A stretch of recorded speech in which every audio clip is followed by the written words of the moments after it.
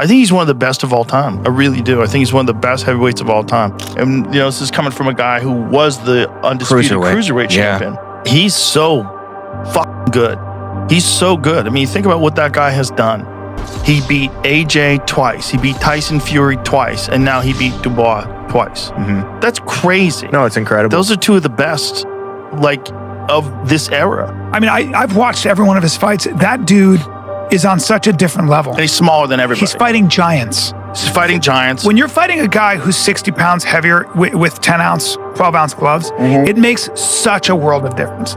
Especially when the guy is Anthony Joshua. There's guys that are like heavy bangers and they rely on that. And there's guys that have, good defense and they rely on that. But his thing is like this constant movement and constant feints and jabs, and it's all with a purpose. Everything is like setting you up. Everything is reading what your reaction to this is and anticipating what your reaction is. When's that right hand coming? Duck under counter. It's like constant. The jab was going in an upward direction sometimes. He was catching Daniel with this like upward jab. Dubois, he can do that. That's the thing. That's how he up AJ. He has that crazy power. But when you're not getting hit and you're just moving away, and this guy's just whiffing these nuclear bombs by you over and over again, and then after a while, he's like headed into the third. He's like, oh, Jesus Christ. Yeah. This guy is fucking not there.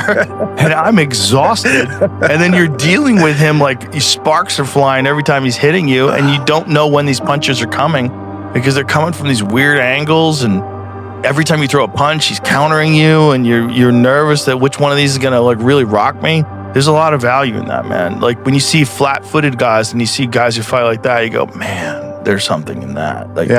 That's extraordinary. The best heavyweights were small, except for Foreman and a couple other guys. Like Tyson was small. Right. Ali was not big. He's exactly the same size as Ali when Ali was in his prime. Holyfield was not big. Became this, exactly. Yeah. But he unified that cruiserweight division. Like he didn't get any gifts. Nope. There, he went around and unified it, and then moved up. He is an incredible boxer. He's one of the best boxers of all time, and regardless of any division. He's always moving. There's no rest with him. No rest. There's like constant, there's constant twitching. Under fire the whole time. You're constantly thinking, when is this coming? There's no silent agreements. There's no relaxation. There's no rounds off. Yeah. Everything is, he's putting it on you and moving constantly. Like I always say, he's like a giant Lomachenko. Got it. They were both trained by the same guy. Oh, were they? Yeah, Lomachenko's father trained Usyk as well. Ah. Yeah, skillful boxer. He's slick and intelligent. And, people talk about like what's next for Usyk. Should it be Joseph Parker? Yeah, that would be a great fight. Joseph Parker deserves it. Usyk has done everything that's been put in front of him, won every belt he could, moved up, beat the big men twice. Usyk's one of those rare guys who just says yes to everyone. Joshua twice. First time in London, AJ had the belts, the home crowd, and the size advantage, and it didn't matter. People can argue about eras, about legends, but you can't argue with what's on the ledger. Tyson Fury and Anthony Joshua, they were supposed to be the ones to break him. They were bigger, stronger, already two-time heavyweight champions. But every time the two small cruiserweights stepped in, he made them look like they'd never been in a fight like this before. Like they didn't know where the shots were coming from. The rematch in Jeddah was meant to be Joshua's revenge story. He came in more aggressive, actually had moments where it looked like he might turn it. Then Usyk just took over again. It's not that Joshua didn't land, he did, but Usyk's chin is absurd. We've seen it before. Gassiev nearly cooked him with a right hand that would have dropped an ox. Across both fights, the pattern was the same. AJ would get frustrated trying to catch him, get picked off while resetting, and slowly fall behind on the cards. You can't just match his skill, you have to match that nonstop pace. And at heavyweight, that's a nightmare. The only realistic blueprint to beat him is an early stoppage, because once you're deep in the fight, he's dragging you into his waters. And that's why anyone stepping in next, Parker, Fury again, whoever, has to come in with something different, because the big man versus smaller man playbook clearly doesn't work on Usyk. This brings us to the Fury fights, the biggest test of that size gap theory so far.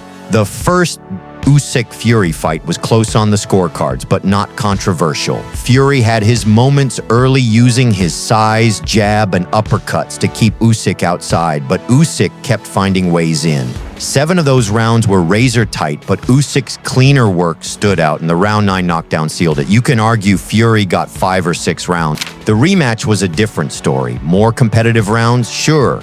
But Usyk just did more in every department. More clean jabs, more power shots, more body work. Fury actually threw more punches, 509 to Usyk's 423, but landed fewer, 144 to 179. If the first fight was close but clear, the second was 8-4 kind of win, a controlled dismantling. That's why a lot of fans don't see a need for a trilogy. Usyk didn't just beat Fury, he beat him twice in 2 different ways without controversy.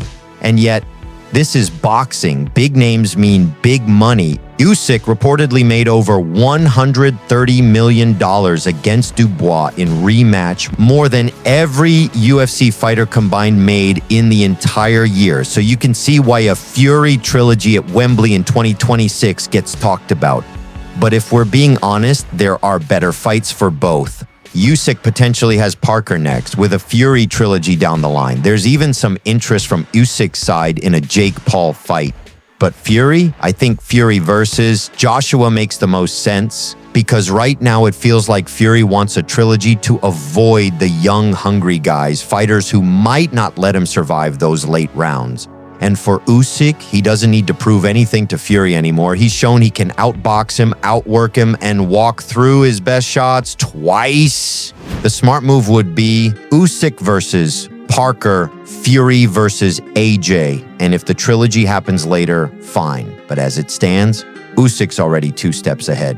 The rematch with Dubois was the kind of fight where Usyk didn't just win, he erased any shadow from the first meeting, that low blow controversy in fight 1. From the opening bell, he set the rhythm, snapping that southpaw jab into Dubois' guard and angling off before anything could come back. Dubois had size, reach, and power, but Usyk neutralized all of it with footwork that's borderline unfair for a heavyweight. And then came the finish, that looping overhand left. That's practically his signature now. Same punch that nearly put Joshua down, same one that rocked Fury. People calling Dubois a quitter after that shot probably haven't eaten leather in their life.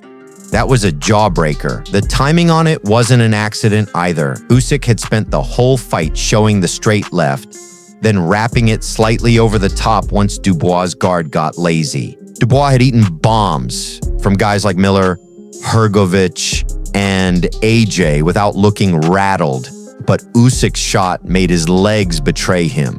That's not just power, that's precision and setup. That's the difference between a puncher and a complete fighter.